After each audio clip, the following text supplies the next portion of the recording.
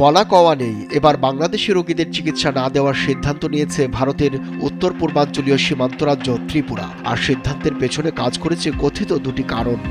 এক, বাংলাদেশে সংখ্যালঘু হিন্দুদের উপর কথিত অত্যাচার এবং ভারতীয় পতাকার অবমাননা। একই কারণে বাংলাদেশি রোগীদের চিকিৎসা না দেওয়ার সিদ্ধান্ত জানিয়েছিল উত্তর কলকাতার মানিকতলা এলাকার জে.এন. রায় হাসপাতাল। কলকাতার পর এবার বাংলাদেশি রোগীদের চিকিৎসার দরজা বন্ধ করল বাংলাদেশের উত্তর পূর্বাঞ্চলীয় সীমান্ত রাজ্য ত্রিপুরা। ভারতীয় গণমাধ্যম এনডিটিভির প্রতিবেদনে বলা হয়, বাংলাদেশি রোগীদের চিকিৎসা না দেওয়ার সিদ্ধান্ত নিয়েছে ত্রিপুরা রাজ্যের আগরতলায় অবস্থিত আইএলএস হাসপাতাল। বাংলাদেশে সংখ্যালঘু হিন্দুদের উপর কথিত নির্যাতন ও ভারতীয় পতাকার অবমাননার কারণে এই সিদ্ধান্ত নেওয়া হয়েছে বলে জানিয়েছে হাসপাতাল কর্তৃপক্ষ। আগরতলায় অবস্থিত আইএলএস হাসপাতালটি একটি মাল্টি সুপার স্পেশালিটি হাসপাতাল।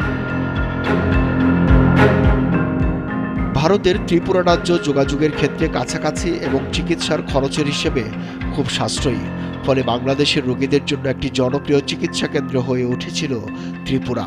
বিশ্লেষকরা বলছেন, ভারতেরও বৈদেশিক মুদ্রা উপার্জনের অন্যতম একটি খাত ছিল বাংলাদেশের চিকিৎসা সেবীরা।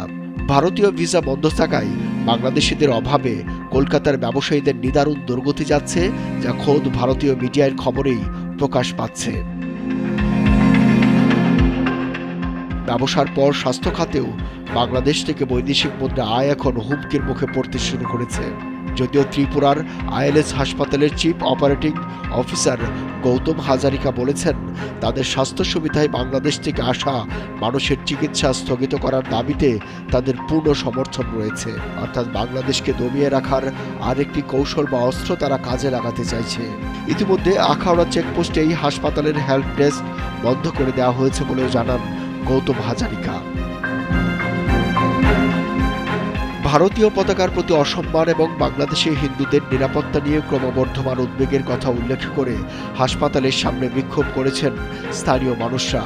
মূলত তারাই বাংলাদেশি নাগরিকদের এই হাসপাতালে চিকিৎসা সেবা বন্ধের দাবি জানান। এ সময় বিক্ষোভকারীরা ত্রিপুরার অন্যান্য প্রতিষ্ঠানকে বাংলাদেশের নাগরিকদের যে কোনো পরিষেবা দেওয়া বন্ধ করার জন্য আবেদন জানান। গত 5 আগস্ট ছাত্র জনতার গণ আন্দোলনের মুখে সাবেক প্রধানমন্ত্রী শেখ হাসিনা দেশ ত্যাগ করে ভারতে চলে যাওয়ার পর থেকেই সম্পর্কের টানাপোড়েন শুরু হয় বাংলাদেশ ও ভারতের। সাবেক ইসকন সদস্য ও সম্মিলিত সনাতন জাগরণ মঞ্চের নেতা চিন্ময় কৃষ্ণ দাসের গ্রেপ্তারের জেরে সেই সম্পর্ক আরও তিক্ত হয়েছে প্রতিবেশী দুই দেশের।